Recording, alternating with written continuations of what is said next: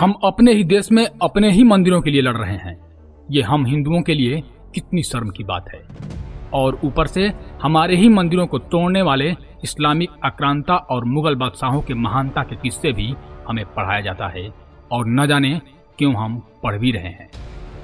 Islamic आक्रांताओं द्वारा हिंदुस्तान में हजारों मंदिरों को तोड़ा गया। उसी में से एक था मथुरा में भगवान श्री कृष्ण का जन्मभूमि केशव देव मंदिर। आक्रांताओं ने भगवान कृष्ण के मंदिर को तोड़कर हिंदुओं के आस्था पर अनेकों बार कुठाराघात किया था।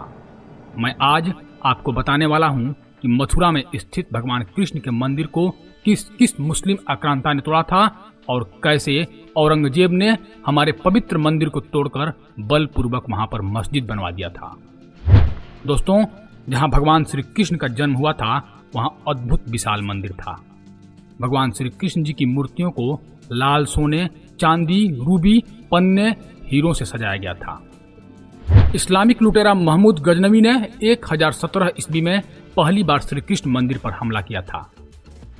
वह लगातार 21 दिनों तक मंदिरों को लूटता रहा। श्री कृष्ण मंदिर इतना भव्य था कि इसे बनाने में ही कितने सल्तनतों को गिरवी रखना पड़ जाता, फिर भी ऐसा मंदिर नहीं बनाया जा सकता था। ये बात खुद एक मुस्लिम इतिहासकार अल उत्बीन ने अपनी किताब तारीख ए यामिनी में लिखा था। अल उत्बीन ने लिखा कि अब अगर ऐसी भव्य इमारत कोई बनाना चाहे तो लाखों दिनार खर्च करके भी नहीं बनाया जा सकता था। मूर्तियां बिना किसी आधार पर हवा में खड़ी थी। एक एक मूर्ति 15 फीट ऊंची होती थी, जिसे तोड़कर कोई भी रंग से राजा बन सकता था।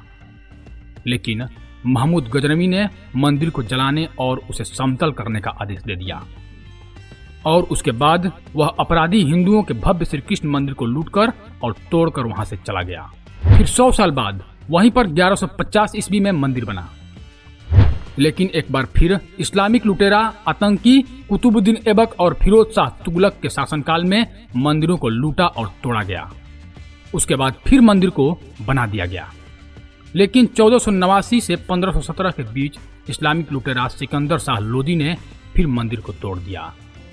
लुटेरा लोदी ने मंदिरों को सिर्फ तोड़ा ही नहीं बल्कि मूर्तियों को कसाई को दे दिया था मांस का वजन तौलने के लिए।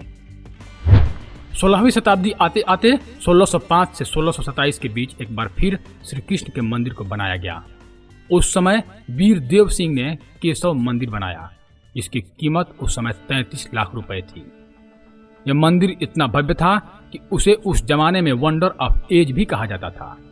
जिसकी इमारत इतनी ऊंची थी कि आगरा से मंदिर की शिखर देखी जा सकती थी। लेकिन 1670 ईस्वी में इस विशालकाय और मनोरम मंदिर पर औरंगजेब नाम के आतंकी की नजर लग गई। 1665 ईस्वी में इस्लामिक लुटेरा औरंगजेब ने होली और दिवाली पर रोक लगा दिया। हिंदुओं के यमुना घाट पर अंतिम संस्कार करने पर भी रोक लगा दिया। उसके बाद 1670 ईस्वी में औरंगजेब ने फिर से मंदिरों को तोड़ने और लूटने का फरमान जारी कर दिया। मंदिरों के पाठशालाओं को भी तोड़ दिया गया। यही नहीं, मंदिरों के मूर्तियों में लगी कीमती रत्नों को, हीरे जवाहरात को आगरा भिजवाकर जहां बेगम साहिबा की मस्जिद के नीचे दफना दिया गया। लुटेरा औरंगजेब ने भगवान श्री कृष्ण जी का जहां जन्म हुआ था उसके मंदिर के ऊपर मस्जिद बनवा दिया। यह मुद्दा आज भी न्यायालय में जारी है। मुगल सम्राट औरंगजेब ने कान्हा की नगरी में उनके जन्म स्थान पर बना प्राचीन ठाकुर केशव देव मंदिर ही नहीं तोड़ा, बल्कि मथुरा और वृंदावन की सांस्कृतिक पहचान मिटाने की भी कोशिश की। केशव देव मंदिर तोड़ने के साथ ही मथुरा का नाम बदलकर इस्लामाबाद और वृंदावन का नाम बदलकर मोमिनाबाद करने का आदेश दे दिया। इस पर अमल भी हुआ। मुगल शाही दफ्तरों में इन्हें इसी नाम से जाना जाता था। फारसी दस्तावेजों में लंबे समय तक मथुरा के लिए इस्लामाबाद और वृंदावन के लिए मोमिनाबाद लिखने की परंपरा चलती रही। हालांकि जनमानस ने यह नाम स्वीकार नहीं किया।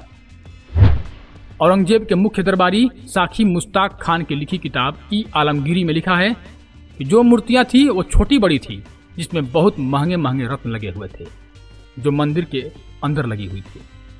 उनको मथुरा से आगरा लाया गया और उनको बेगम साहिब मस्जिद की सीढ़ियों में दफना दिया गया, इसके लिए कि लोग उन पर चढ़ते उतरते रहें।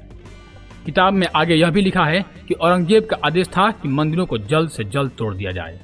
मंदिरों को तोड़ने के बाद उस जगह पर शानदार मस्जिद का निर्माण किया गया। सन 1670 में ईद के दिन उस मस्जिद का उद्घाटन किया गया।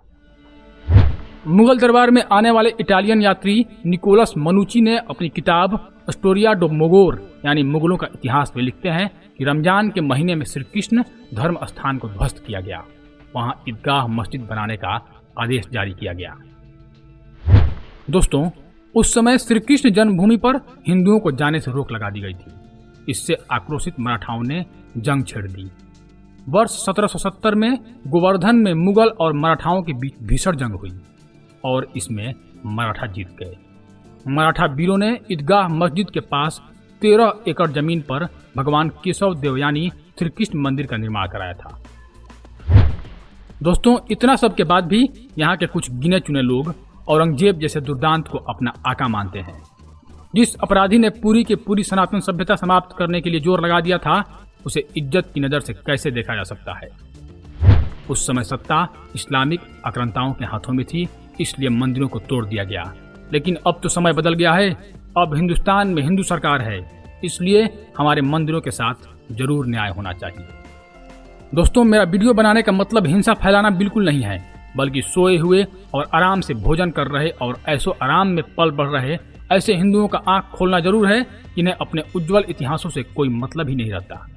क्योंकि हमारे मंदिर और विश्वविद्यालय यदि सलामत रहेंगे, तभी हमारी सभ्यता और संस्कृति भी जीवंत रह सकती है। तो धन्यवाद दोस्तों, मैं आपका दोस्त रजनीकांत ओझा। यदि आपको हमारी बातों से कुछ भी प्रेरणा मिली हो तो हमारा साथ सहयोग अवश्य दें। जय हिंद, जय भारत, जय श्री राम, हर हर महादेव।